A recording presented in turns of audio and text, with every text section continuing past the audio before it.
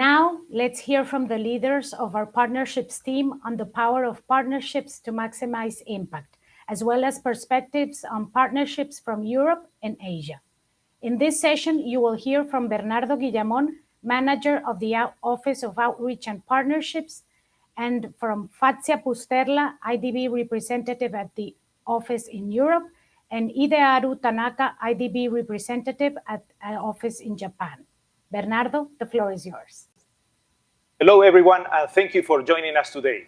I hope that yesterday's sessions were enlightening and that you are equally energized today to hear about the partnerships and the ways that we can work together.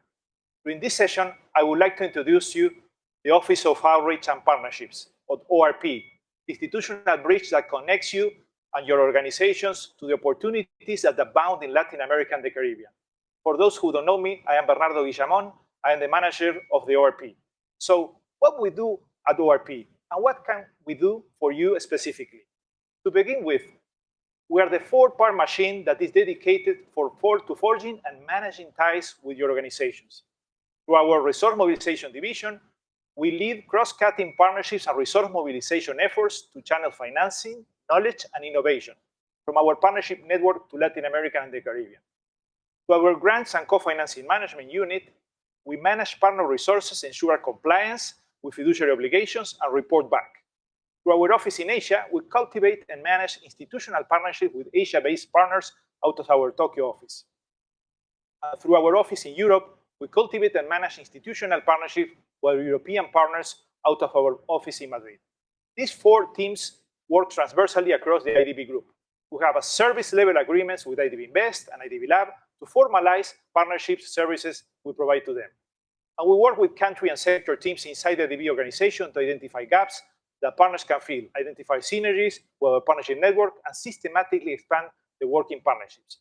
At our core, we are a service-oriented department, and our mission is to serve our internal and external partners by structuring, managing, and monitoring mutually beneficial collaborations. To this end, we internally connect with clients, with external partners, we contribute financing, knowledge, and innovations. We manage and facilitate partnership process from start to finish, serving as the one-stop shop for partnership services. We work with internal partners to design financing, partnership instruments, promote effective use of partner resources. We help internal clients to innovate the way we engage with partners and leverage capital from donors. We incentivize partnerships and resource mobilization tools to enhance the IDB's relevance and impact. To support external partners, we connect them with contacts, initiatives that can advance their targets in line with the Vision 25 and with the Sustainable Development Goals. We work with teams and partnership ideas from inception to implementation, serve as the one-stop shop for partnerships at all stages. We monitor progress, contributions, and joint initiatives and report back. We develop knowledge-sharing mechanisms, collaborations that break information silos. We design innovative financing, partnership instruments, and meet partner needs. We amplify impact and mobilize capital. And finally, we position Latin America and the Caribbean, its needs, and the many opportunities available to partners.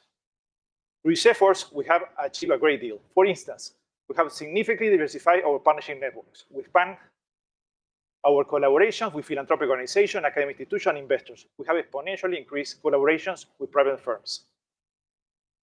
When we started just 40 collaborators years ago, we now have over 500 partners today from the private sector, as we hear later in this session. We have over 160 active partners working alongside the IDB 2025. We have also consistently expanded our portfolio of partnership financing instruments that we offer. For example, we pioneer and proven value a result-based financing, and we have designed and deployed innovative blended finance instruments. We are developing de-risking instrument guarantees, innovative bonds, and other tools. We partner and amplify our impact.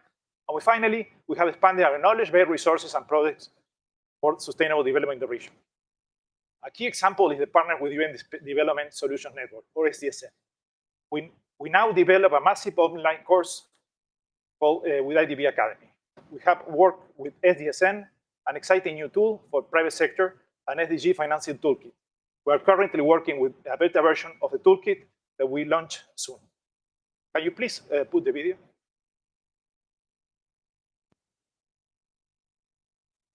And you can see in this screen the target to distance analysis that we develop with this tool will allow to measure potential to close the SDG gaps in Latin America and the Caribbean.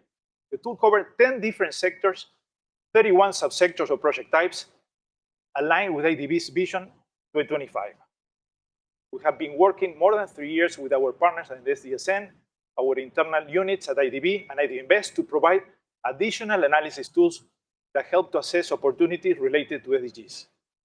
This video provides the tool and some of the features. We will formally launch it soon, and you can start utilizing it. Now, without further ado, I would like to introduce our renewed team to those leading in charge of partnerships in Europe and Asia. I will begin introducing Fassia Pusterla, representative of the office in Europe. An Italian economist, Fassia has been with IDB Group since early in her career.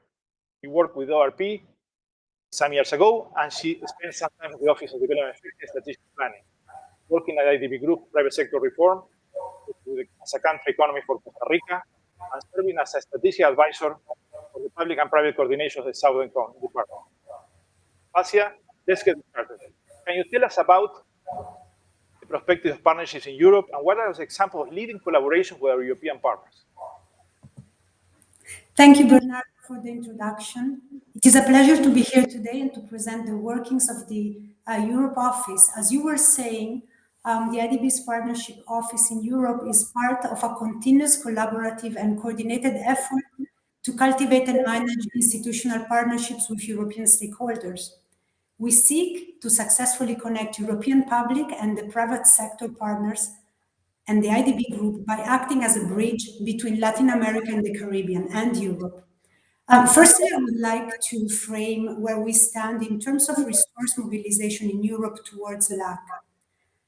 The launch and implementation of the 2030 Agenda manifested the requirement to mobilize more investments of all kinds to cover the estimated financing gap of annually 500 to 700 billion for LAC. And moreover, as we all know, the COVID-19 pandemic has amplified this pre-existing gap and hindered fulfillment of the SDGs. This, of course, combined with the fiscal limitations in the region, calls for additional mobilization and the creation and implementation of innovative financial instruments and enhanced use of technical assistance and knowledge exchange. So I would then have said this introduction to present some leading collaboration with public European partners, which have accompanied us in our solution-driven approach to LAC's challenges. Bear in mind, I will just give a few examples of all the things we're doing.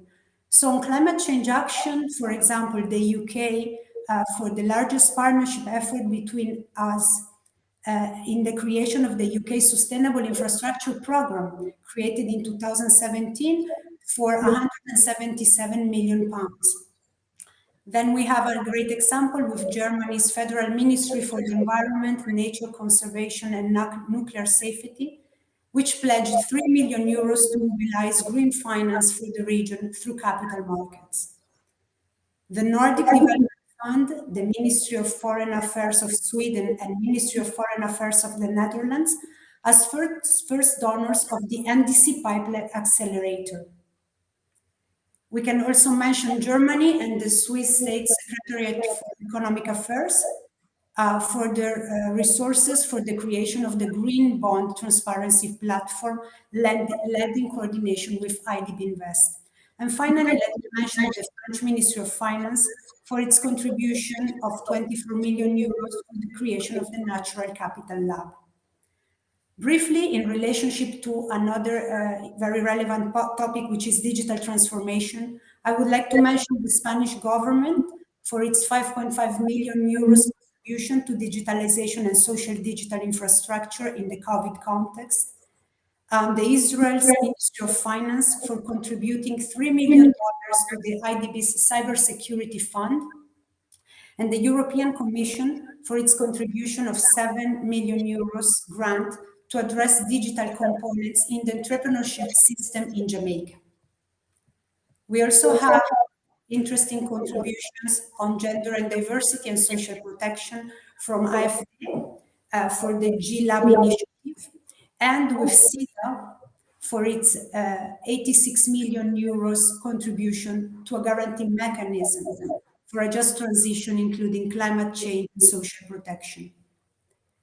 Focusing on strengthening good governance and institutions, I would like to highlight the contributions of Norway, Italy, and Sweden, the Transparency Fund, and finally, in terms of knowledge transfer on regional integration, our collaboration with OECD in the context of the EU Facility Development Days, where we exchange knowledge on the alterations of trade and global value chains in a post-COVID scenario. All these examples show our belief of how we can use partnerships in Europe to convert current challenges into opportunities, not only, of course, to provide a response to the pandemic, but also to shape continuously our strategic positioning in a more long-term horizon. Thank you, Fasia. And let's hear from Hideharu Tanaka, or Hide, our representative in Asia. Hide assumed the role of representative this August, following years of working with the government of Japan, primarily at the Ministry of Finance. He has extensive experience working on development assistance, climate change, and resilience. He was posted to the Japanese embassy in India. He also worked at the Ministry of Foreign Affairs. We're thrilled to have him with us. Hide, let's hear from you about the Asian context and some of the IDB Group's partnership with the Asian organization. Yes, thank you for having me in this session, and thank you, Bernardo, for your kind introduction. It is a great pleasure and honor for me to join this session and share my view of the office. And as a new representative for the bank, the first thing I was very much surprised is to learn that Asia and LAC region share the same challenges in common. This means there are huge possibilities of collaboration, and Asian partners can transfer their knowledge and experiences to Latin American countries and counterparts. Well, let me identify three key areas. One is resilience, and second, structural change in society, and number three, digitalization. First, I will talk about resilience. As you may be aware, the climate change has become a global issue, and both regions, Asia and Latin America and Caribbean, suffer from natural disasters in recent years. And Asian members, especially Japan, can share expertise and experiences to promote resilience in the Latin American and Caribbean region through this idea of so-called quality infrastructure. Well, building resilient infrastructure is also key to enhance connectivity in the region, and this connectivity is an essential precondition to build an efficient supply chain, leading to the economic and social development. Well, let me introduce the trust fund established by Japanese government is used for technical cooperation to promote quality infrastructure in Latin American Caribbean region. For example, the Japan Trust Fund has been used for the projects in Jamaica and El Salvador, in Ecuador, to name a few. And one recent very huge development is introduction of mainstreaming the consideration to the natural disasters in the project of IDB. Now, all the infrastructure projects are subject to, going through the screening process in view of natural disaster and climate change risks. And this exercise can be enabled by the assistance of Japanese fund. So the first point is resilience, and second, Asian countries have been experiencing structural change in society, especially change in demography. That means Asian countries lead in terms of societal aging, well, in other words, aging society. This means there are ample solutions in Asia that can be utilized in that region as well. For example, IDB Lab can facilitate the introduction of innovative solutions created by Japanese SMEs. Well, there is in Brazil, there is an NGO called Asociação Médicos de Floresta, AMDF. This is an NGO run by Japanese descendants of immigrants. And this NGO uses smart eye camera as a technology invented by Japanese university venture to enable remote diagnosis of eye diseases. And this NGO, AMDAF, was recently selected as one of the 9 successful applicants for the Silver Economy Challenge hosted by IDB Lab. Now the NGO AMDAF is starting to design of its project to be considered to receive financial assistance from IDB Lab. Last but not least, the digitalization forms the basis of all the innovative solutions. And in this field, experiences of Korea in digitalization is very much important and relevant to LAC partners as well. Korea is actively working with IDB through various areas to support the region. For example, Korea has co-financed 3 broadband projects in Nicaragua, El Salvador, and Guatemala. And also, Korea is supporting through its trust funds to enhancing the governance of the governments of the members, such as anti-corruption, statistics, and e-tax and customs modernization, and so on. Well, I would like to add that all 3 points I mentioned, namely resilience, structural change, aging society, and digitalization, is relevant to the priorities identified in Vision 2025, and all the points are covered by the SMEs from Asian partners. Thank you very much.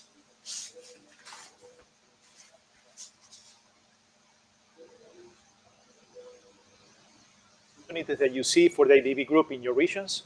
What are some of the things that you are excited to do as new representative in these offices? Asia, why don't you get started?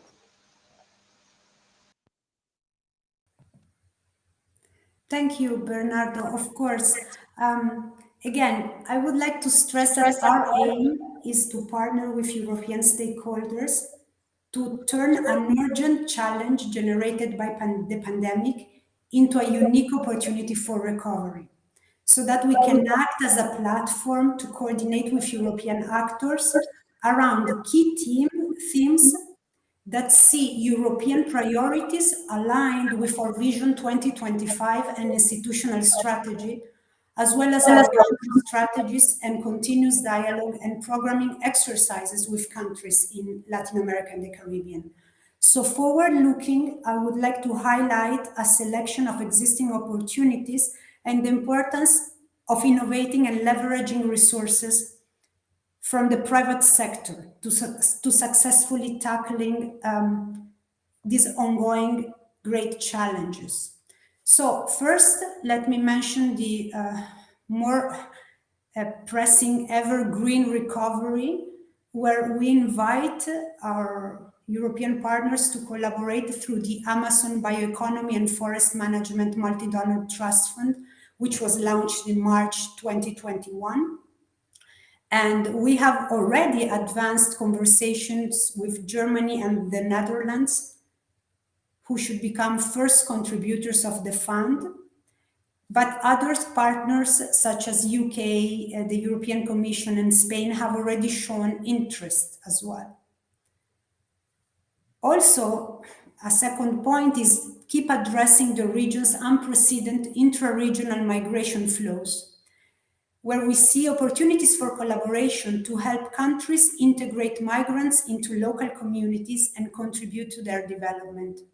So we are seeking to match our resources with additional resources from the donor community. And to this end, we are advancing in conversations with Spain, Switzerland, and Germany. Of course, we would like to unlock coordinated private sector mobilization and innovation. As we know, the need for resources exceeds the lending and mobilization capacity of both the international public sector and the IDB Group. So in this context, we would like to work with European partners and have this opportunity to design and implement jointly innovative instruments targeting LAC.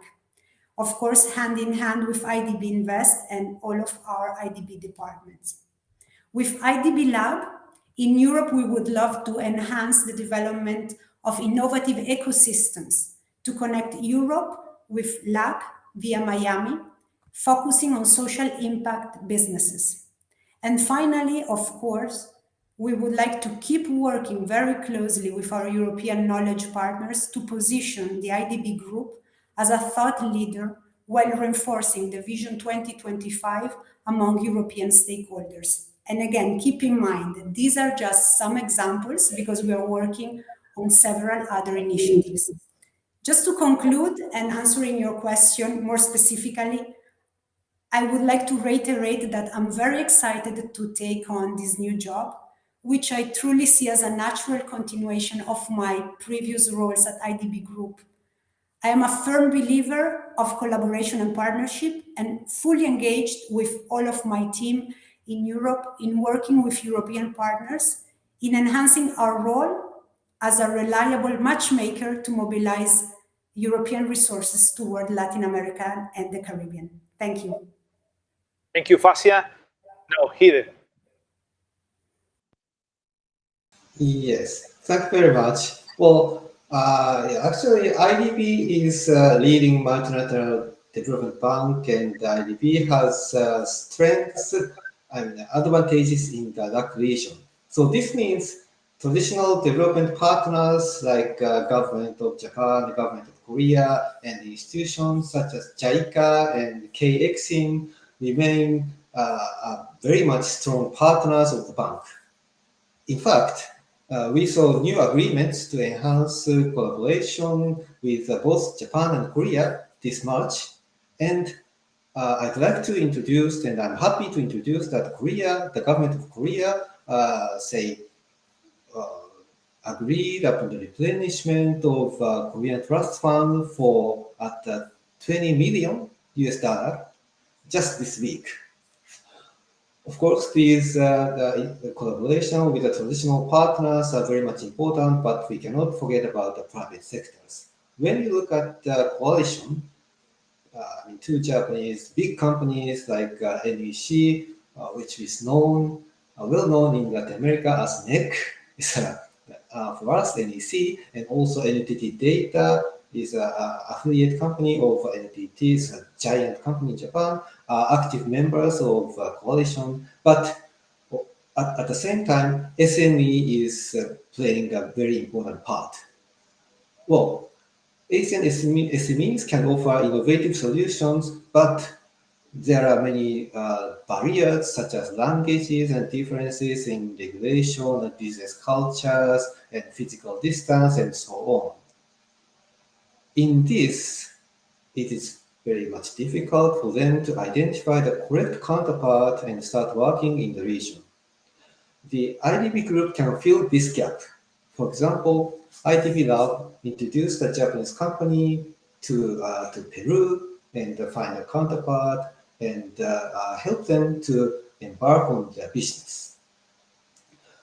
With this in mind, let me introduce the Open Innovation Challenge, jointly hosted by IDB Lab and JICA. They recently had a joint seminar for Japanese SMEs to show attraction and potential of that region. They will they are calling for the proposals from Japanese SMEs, and successful applicants may be offered assistance from IDB Lab and JICA. Well, finally, as a new representative in Asia, I'm very much excited to function as a bridge between Asia and LAC region. It will be my pleasure to unite Asian organizations or partners and their potential counterparts in LAC region. I hope to see more success stories with assistance by IDB Group and our office in Asia. Thank you very much.